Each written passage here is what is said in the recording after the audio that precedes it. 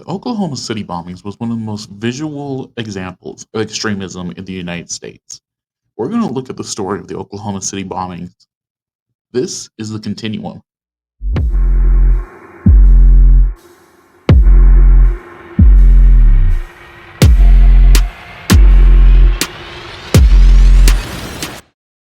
April 19th, 1995, a day that would begin like any other in downtown Oklahoma City, would end in tragedy so profound it would shake the nation to its core.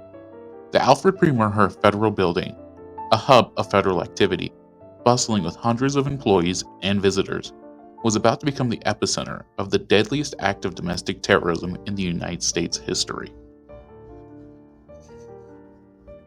Over the course of just 90 seconds, a massive bomb hidden inside a rental truck would devastate the building, claiming 168 lives, including 19 children, and injuring hundreds of more.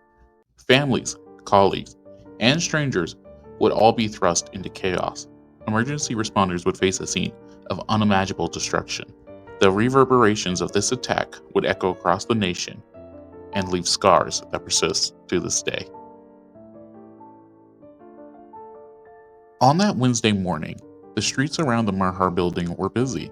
Government employees arrived early, children were being dropped off at the nearby daycare, and the city was alive with its normal rhythm. Timothy McVeigh, a 33-year-old former Army soldier, and his co-conspirator, Terry Nichols, had spent months meticulously planning this attack. For McVeigh, this was not just an act of destruction. It was a declaration fueled by ideology, anger, and a belief that the U.S. government had overstepped its bounds. At precisely 9:02 a.m., a rider's rental truck, packed with over 4,800 pounds of ammonium nitrate fertilizer and fuel oil, detonated in front of the building. The explosion was deafening. The blast shattered glass for blocks, twisted steel beams like paper, and sent a shockwave that could be felt across the city. The federal building, once a symbol of government authority, was reduced to rubble within moments. Survivors recalled the explosion as a sound unlike anything they had ever experienced. One employee described it as like the sky had fallen. Others remember the terrifying weight of falling debris, the acidic smoke, and the chaos as people ran for their lives. Mothers and fathers screamed for their children. Strangers pulled one another from the wreckage, and emergency responders rushed in, knowing that time was the most precious commodity they had. Of explosion at a federal building in Oklahoma City, Oklahoma. It happened just a short time ago. A large portion of that building has collapsed and fallen away from the rest of the building. At the moment, we don't have any specific numbers on injuries or deaths, but we can tell you that the Red Cross in the Oklahoma City area has asked for all volunteers to report for duty. Also, we can tell you that they've asked for donations of blood, so the situation is obviously serious. We're going to go right now and join our coverage of our sister station, KFOR. Amidst the chaos, a profound bravery emerged. Ordinary citizens rushed to help strangers. Firefighters and police climbed over rubble, carrying survivors to safety. This act of heroism would become a defining part of the story, a testament to the resilience of a city faced with unimaginable horror. In the hours following the explosion, Oklahoma City became a city transformed. Streets were blocked by emergency vehicles, the air thick with smoke and dust. Hospitals filled with injured victims, many suffering severe burns, broken bones, and trauma that would last a lifetime. Federal agents arrived to secure the scene, combing through the wreckage in search of clues, hoping to answer a question that weighed heavily on everyone's mind. Who could commit such a heinous act, and why? At first, theories range from foreign terrorists to a bomb accidentally left by a construction crew. But within days, evidence began pointing to two domestic perpetrators, Timothy McVeigh and Terry Nichols. Their motivation was not rooted in foreign ideology, but in a deep-seated rage at their own government, inflamed by events such as Waco's siege and the Ruby Ridge standoff. This was no random act of violence. This was premeditated, ideologically driven extremism. Of the 168 killed, 19 were children, most of them attending the building's daycare center, mothers and fathers were lost alongside sons and daughters. Survivors bore physical scars and psychological trauma that would last a lifetime. The families of the victims faced a grief so profound it defies description. And yet, amidst the mourning, the city came together, united in shock, sorrow, and defiance. In the days following the bombing, volunteers came across the country to help sift through debris, comfort survivors, and provide aid. Their response highlighted both the vulnerability and the resilience of the American spirit. But as the city grieved, investigators were piecing together a horrifying picture of hatred, anger, and extremist ideology that had fueled the attack. To understand why the Oklahoma City bombings happened, we must understand the minds of the men behind it. Timothy McVeigh and Terry Nichols and their associates, Michael Frontier, were no ordinary criminals. They were radicals, driven by anti-government beliefs, shaped by conspiracy theories, and inflamed by the perception of injustice. Their story begins long before the explosion, with experiences, readings, and events that radicalized them into committing one of the most infamous acts of domestic terrorism in U.S. history.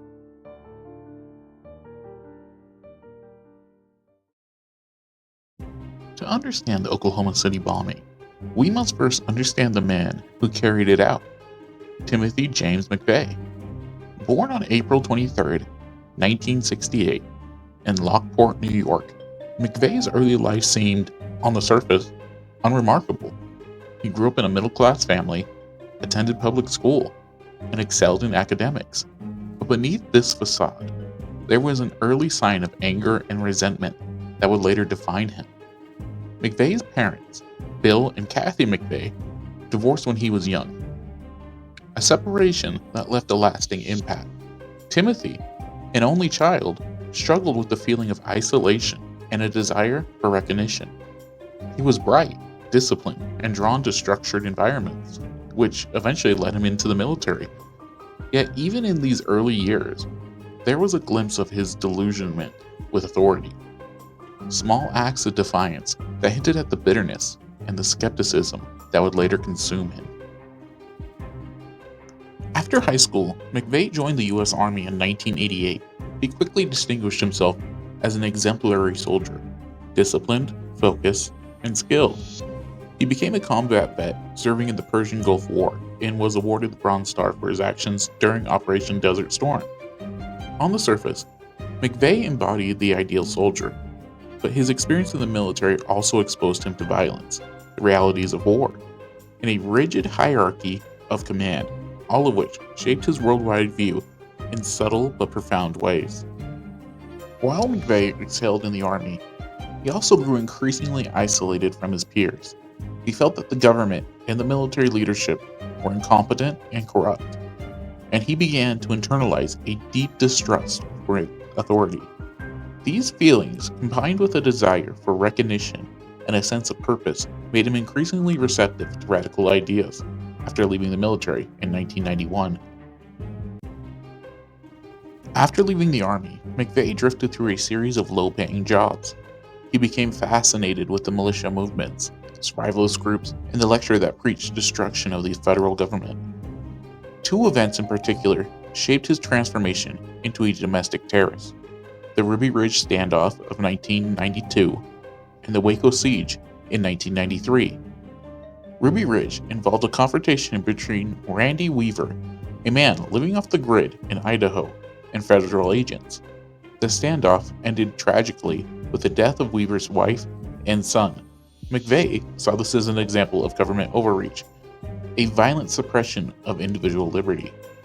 The Waco siege, where the federal government attempted to seize the Branch Davidians' compound in Texas, ended in flames that killed over 70 men, women, and children. McVeigh was outraged. He viewed the government's actions as tyrannical and immoral, proof that the United States government had become a threat to its own citizens. These events fueled his anger and solidified his anti-government ideology. McVeigh was also profoundly influenced by extremist literature, most notably The Turner Diaries, a novel by William Luther Pierce. The book depicts a violent overthrow of the US government and a race war, glorifying acts of terrorism as patriotic duty. McVeigh reportedly identified strongly with the book's protagonist, who carried out bombings against a federal building. He saw in the novel as a blueprint for what he later would do in Oklahoma City. The ideology of the militia movement, combined with McVeigh's personal grievances and the influence of extremist literature, created a dangerous cocktail of resentment, rage, and justification for violence. McVeigh did not act impulsively. He meticulously planned the bombing, seeing it as a moral and political statement against a government he believed was corrupt and oppressive. McVeigh's path to extremism was not walked alone. Terry Nichols, a fellow U.S. Army veteran, became his confidant and co-conspirator. Nichols shared McVeigh's resentment towards the government, although his involvement would utterly differ in scale and responsibility. The two men bonded over their mutual disillusionment and began to discuss radical solutions to what they perceived as the tyranny of the federal authorities. And another figure in the background was Michael Frontier, who also knew McVeigh from their time in the military. While Frontier played a smaller role in the planning, his story illustrates the broader network of individuals who intersected with McVeigh's radical ideology and actions. The Oklahoma City bombing did not happen overnight. It was the culmination of years of growing anger, ideological obsession, and meticulous planning. McVeigh and Nichols began gathering material, learning how to construct explosive devices, and selecting the Maher building as the target. They timed the attack to coincide with the second anniversary of the Waco siege, a symbolic act meant to send a message of retribution. In the months leading up to April 1995, McVeigh and Nichols conducted surveillance of the building, mapping escape routes, and carefully purchasing chemicals and supplies. McVeigh's military training gave him the technical knowledge to create a bomb capable of mass destruction. Every detail was calculated, from the timing of the explosion to the placement of the vehicle, reflecting on the chilling commitment to their violent ideology. McVeigh's anti-government beliefs had now transformed into deadly action. What began as anger, fear, and resentment had crystallized into a plan to kill, terrorize, and make a statement. He believed he was fighting tyranny, though in reality, he was committing an act of unspeakable violence that would forever change the lives of hundreds and scar an entire nation. By examining McVeigh's upbringing, his military experience, and the events that radicalized him, we gain insight into how his ideology, resentment, and opportunity can converge into catastrophic action. In this story, not just of the bombing, but of the human capability to be consumed by the belief when it is left unchecked.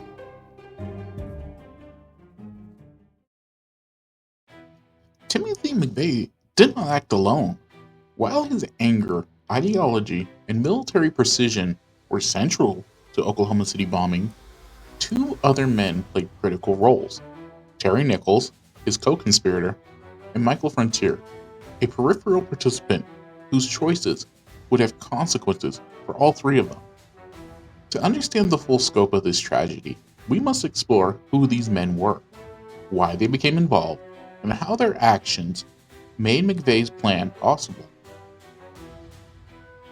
Terry Lynn Nichols was born on April 1st, 1945, in Lapeer, Michigan. Like McVeigh, he served in the U.S. Army, but his life after the military reflected a man drifting in frustration and disillusionment. Nichols married and had children, but financial difficulties and a sense of personal failure weighed heavily on him. He struggled with instability in his career, moving between menial jobs and small ventures, none of which satisfied him. It was the environment of personal disappointment that Nichols met Timothy McVeigh. Both men shared experience in the military and a growing resentment towards the federal authority. Their friendship became a partnership fueled by shared ideology and mutual reinforcement of anti-government beliefs. Nichols' involvement in the bombing was practical as well as ideological. He assisted in gathering material, transporting equipment, and planning logistics. While McVeigh was the architect and executioner, Nichols provided the support that made the operation feasible. He was complicit, though his motives were intertwined with loyalty, anger, and ideological alignment. Michael Frontier was another figure in McVeigh's orbit. Though his role was less central than Nichols, Frontier had served with McVeigh in the Army and shared some of his ideological leanings. Unlike McVeigh and Nichols, however, Frontier eventually stepped away from direct involvement in the bombing itself. His contributions were primarily financial and logistical, providing information about targets and, at times, access to supplies. Frontier later cooperated with authorities, providing testimony that would be critical in securing convictions against McVeigh and Nichols. His story illustrates a spectrum of complicity. Individuals who flirt with extremist ideology may contribute to its realization, even if they stop short of direct action. Extremist ideology does not operate in isolation. The partnership between McVeigh, Nichols, and Frontier demonstrates how radical beliefs are reinforced within a group. Each man's anger and resentment validated the others, creating a feedback loop of justification and planning. The militia movement, survivalist ideology, and anti-government rhetoric that circulated in the early 1990s provided fertile grounds for this alliance. McVeigh's reading of the Turner Diaries and other radical literature became a shared framework. The two veterans saw themselves as patriots resisting tyranny, convinced that violent actions was morally justified. In this echo chamber of rage and ideology, planning for the bombing moved more from abstract anger to actionable strategy. The planning process was meticulous. McVeigh, drawing on his military background, understood explosives, timing, and strategic placement. The Maher Federal Building, housing over 600 federal employees, including a daycare center, became the chosen target. Symbolism was key. The building represented the federal government McVeigh and Nichols despised, and the attack would coincide with the second anniversary of the Waco siege, a date that carried deep ideological significance. McVeigh and Nichols acquired chemical components, including ammonium nitrate fertilizer and fuel oil, carefully transported and stored until assembly. They conducted surveillance of the building, noting security patterns, traffic, personnel schedule. The timing of the bombing, shortly after the workday began, ensured maximum impact while enabling them to escape undetected initially. Every detail reflected a calculated effort to terrorize and send a message of retribution. Frontier's role, though limited, included sharing information about the federal operation and the building, indirectly assisting McVeigh's planning. While he did not participate in the actual bombing, his complicity was later acknowledged in court proceedings. The bomb itself was a formidable device. Over 48,000 pounds of ammonium nitrate and fuel oil were packed into a Ryder truck and rigged to detonate with a timing mechanism.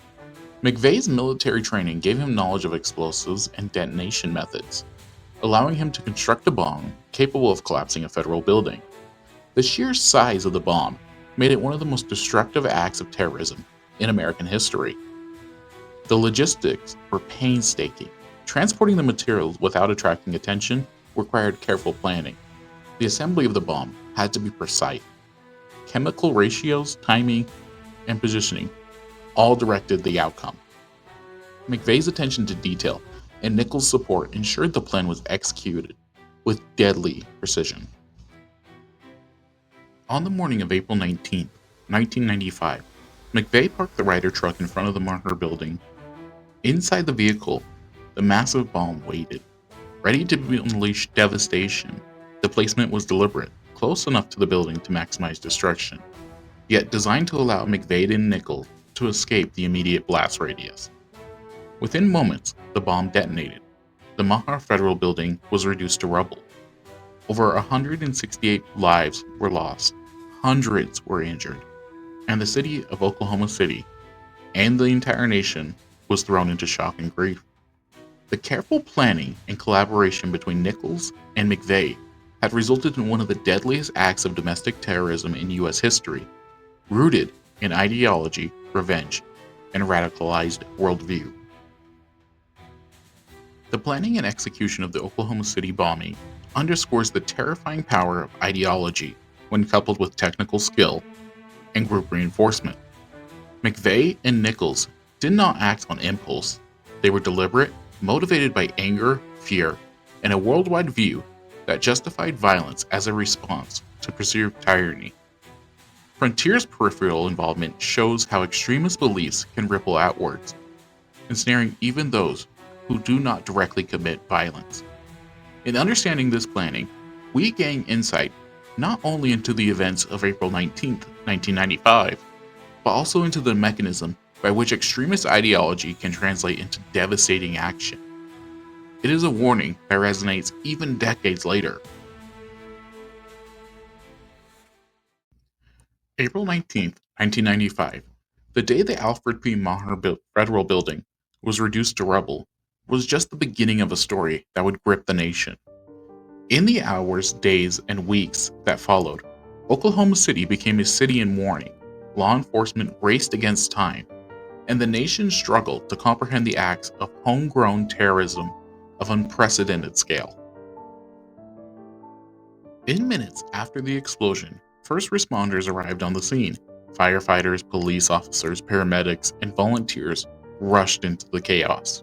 Smoke, dust, and debris filled the streets as survivors scrambled for safety. Mothers searched for children, colleagues for coworkers, strangers for each other. Emergency crews faced a scene that was nearly impossible to navigate. The building's reinforced concrete had been shattered. Twisted steel beams blocked passageways. Yet, responders pressed forward, pulling survivors from the wreckage, performing CPR, and transporting the injured to the hospital. Ordinary citizens joined the effort, forming human chains to move debris, comforting the frightened, and providing water and supplies. The heroism displayed during those first hours would become a defining narrative in a city overwhelmed by tragedy. But while the human spirit rose, the question loomed: who had done this, and why? Federal investigators quickly secured the area, combing through the wreckage for clues. Forensic teams collected fragments of the truck, explosive residue, and witness testimonies. Surveillance footage showed a Ryder truck parked outside the building moments before the blast, a critical lead. The FBI and ATF began reconstructing the sequence of events. Investigators identified Timothy McVeigh and Terry Nichols as prime suspects within days. Evidence included rental records of the truck, eyewitness accounts of McVeigh near the vehicle, and a material traced to both men. Michael Frontier's name also surfaced, connecting the dots of the conspiracy. The speed and the thoroughness of the investigation was extraordinary, reflecting the gravity of the crime. The nation watched as authorities worked tirelessly to hold the perpetrators accountable. The Oklahoma City bombing stunned the American public. Images of the destroyed federal building, reports of dozens of dead and hundreds injured, and the knowledge that this was an act of domestic terrorism sent shockwaves across the country. Public response was a mixture of grief, outrage, and fear. Vigils were held, memorials created, and donations poured in to help the survivors and the families of the victims. The bombing prompted a national conversation about domestic extremism, anti-government sentiment, and the vulnerabilities and security at federal facilities. Media coverage was intense and constant. News channels broadcast live from the scene. Reporters recounted survivors' stories, and editorial commentary debated the rise of the militia movement and radical ideology in the United States.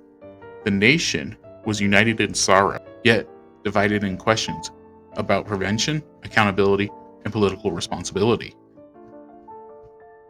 Within days, Timothy McVeigh was arrested, initially for an unrelated weapons violation, but investigators quickly linked him to the bombing. Terry Nichols was also taken into custody shortly afterwards, and Michael Frontier emerged as a cooperating witness. McVeigh's trial began in 1997. Prosecutors presented extensive evidence: surveillance footage, rental agreements for the truck, eyewitness testimony, and forensic analysis of explosive material. McVeigh remained defiant, claiming he was acting in retaliation for Ruby Ridge and Waco. He did not express remorse, but he did allow the court to proceed with his defense. Terry Nichols faced multiple trials for his role in planning and aiding the bombing. While he did not detonate the bomb himself, his complicity was undeniable. Nichols was ultimately convicted on federal charges and sentenced to life in prison without parole.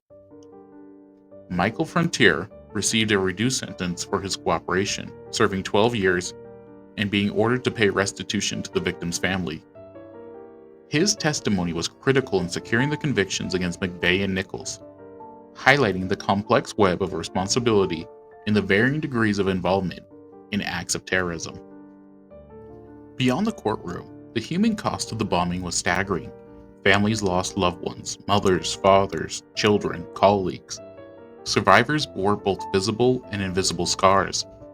The psychological trauma was profound, with many experiencing PTSD, survivor's guilt, and lasting grief. One survivor recounted, "I remember the dust, the screams, and the silence that came after. For a moment, it felt like the world had stopped." Another described carrying a coworker from the rebel, not knowing whether he would survive. These stories illustrate the magnitude of human suffering, the courage displayed by ordinary people, and the resilience of a community in the face of unimaginable horror. The Oklahoma City National Memorial was later established to honor the victims and survivors, a lasting reminder of both the tragedy and the strength of those who were affected. The bombing sparked intense political debate. Questioning arose about domestic terrorism, gun control, federal security, and the rise of anti-government movements. Lawmakers passed the Anti-Terrorism and Effective Death Penalty Act in 1996, designed to strengthen law enforcement power to combat terrorism. Civil liberty advocates raised concerns about the balancing security with individual rights, debates that continue today. Media coverage and political discourse often focus on the motivations behind the bombing. McVeigh's stated inspiration, the Waco Siege and Ruby Ridge, highlighted the dangerous intersection of personal grievance and extremist ideology. Scholars and analysts began to study militia movements more closely, recognizing the threat of radicalized individuals acting domestically rather than abroad. The aftermath of the Oklahoma City bombing teaches critical lessons about vigilance, ideology, and community resilience. The rapid response of the first responders saved countless lives. The legal system brought justice for the perpetrators, and the national reflection that followed helped identify the warning signs of domestic radicalization. Yet, the tragedy also shows how ideology, when combined with personal grievance and access to technological know-how, can manifest in catastrophic action. McNeil and Nichols were not foreign operatives. They were American citizens whose anger and belief translated into mass violence. Understanding this dynamic is essential in preventing future attacks.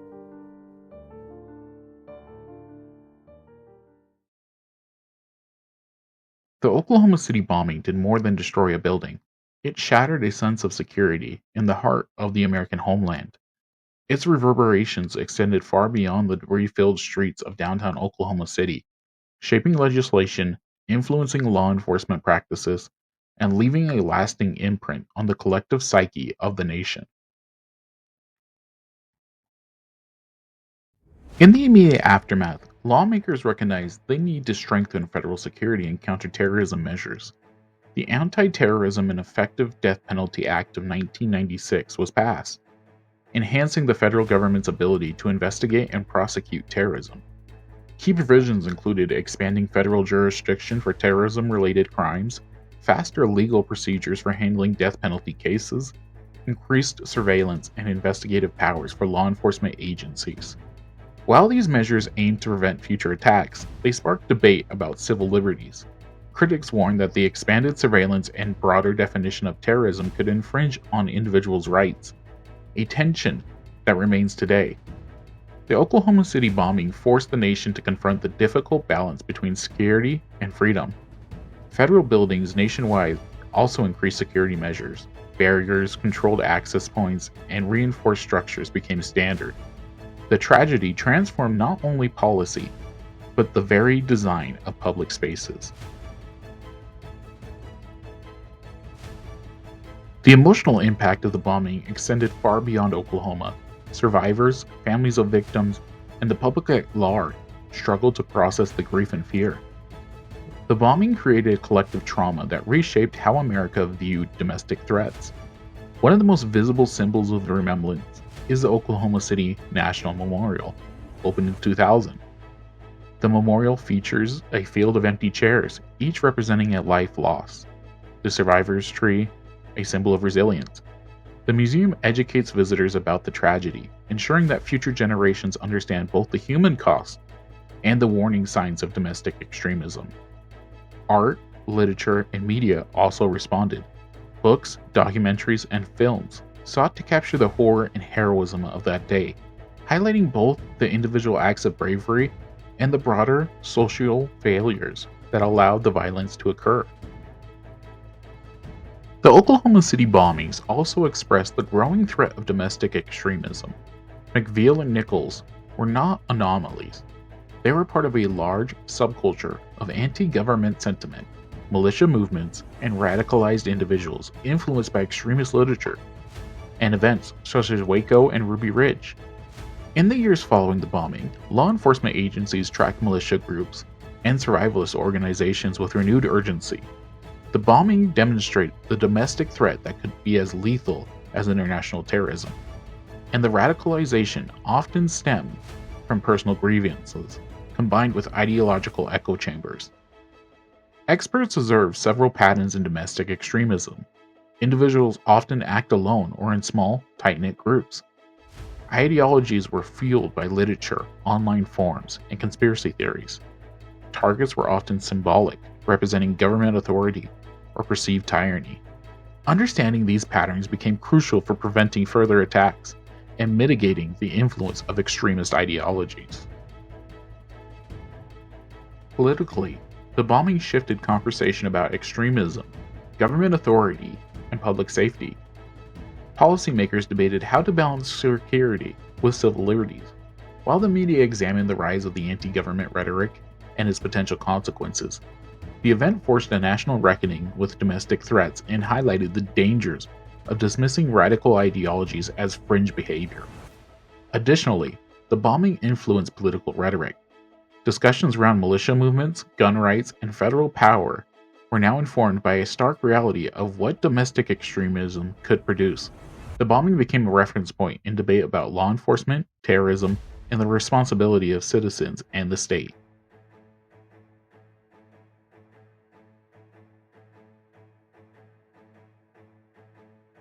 The Oklahoma City bombing was more than a tragic moment in history.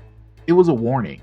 The extreme ideology that fueled Timothy McVeigh and Terry Nichols did not disappear with their arrest. It evolved, adapted, and found new platforms in the digital age. We're going to look at some of those contemporary relevance of the Oklahoma City, exploring how domestic extremism persists, how online radicalization amplifies ideology, and how political polarization can create fertile grounds for violence. Since 1995, domestic extremism in the United States has continued to evolve. Militia movements, white supremacy groups, and anti-government organizations have persisted, adapting to the changing political climate and technological advancements. The Oklahoma City bombing was a turning point. It demonstrated that small, ideological-driven groups could carry out attacks with catastrophic consequences. Analysts note several trends in contemporary domestic extremism. Small, decentralized cells or even lone actors often carry out attacks. Radicalized individuals exploit social grievances or personal grievances to justify violence. Symbolic targets, often representing government authority, remain a common focus, echoing McVeigh's selection of the Maher Federal Building. The lessons of Oklahoma City informed law enforcement and counterterrorism efforts. Agencies study historical patterns to anticipate potential threats, recognizing that ideology, opportunity, and technical knowledge can converge in dangerous ways. One major difference between 1995 and today is the role of the internet. Social media platforms, forums, and encrypted messaging apps have created an echo chamber where extremist ideologies can spread unchecked. Young, isolated individuals, much like McVeigh, in the early 1990s can now find communications that reinforce resentment, fear, and radical beliefs. Online radicalization often follows a familiar path: exposure to extremist content, including videos, forums, and manifestos, reinforcement of belief through interactions with like-minded individuals, normalization of violence as a tool to achieve ideological goals. Authorities and researchers warn that digital platforms can accelerate radicalization, shortening the timeline between ideological adaptation and violent action. The Oklahoma City bombing serves as an early example of what happens when radical beliefs are combined with technical skill and access to lethal tools, a dynamic that is now magnified in the digital age. The political landscape of the United States has become increasingly polarized. This polarization can amplify extremist sentiment, particularly when combined with the mistrust of government institutions. McVeigh's anger was fueled by real events, like Waco and Ruby Ridge, but also by a narrative that casts government as tyrannical. Today, similar narratives circulate online and in certain media, reinforcing distrust and resentment. Polarization and echo chambers can create a sense of urgency or moral righteousness among extremists, convincing them that violence is not only justified, but necessary. Experts emphasize that political rhetoric, unchecked misinformation, and ideological echo chambers are a risk factor that can incubate domestic terrorism. I wanted to talk more about this path to violence that we see. With the digital age, we see that the ideas that create extremism are more rampant than ever before. And these ideological reinforcements are intersected with subgroups on the internet and the cult following of some influencers. These create echo chambers for these extremists and radicalization, and they're an incubator for this violence that's coming. We see that people tend to disagree and completely remove themselves from ideologies they don't believe in. Instead of having discourse or trying to argue and understand each other, they just completely cut themselves off. And this adds to a resentment that they now feel towards the rest of their community and authority. This is kind of what we're seeing now, and it's only getting worse on the internet. We see with the rise of Reuters and other things like that, that this violence is extreme, and it's getting worse on the internet every day. So when people aren't a part of a community, aren't outside actually talking with each other, you create incubators for extremism and extreme and domestic terrorism. This is one of the few domestic terrorism actions that happened in the US, but there's been more, and I want to look further into those. So stay tuned, and thank you for listening. This has been The Continuum.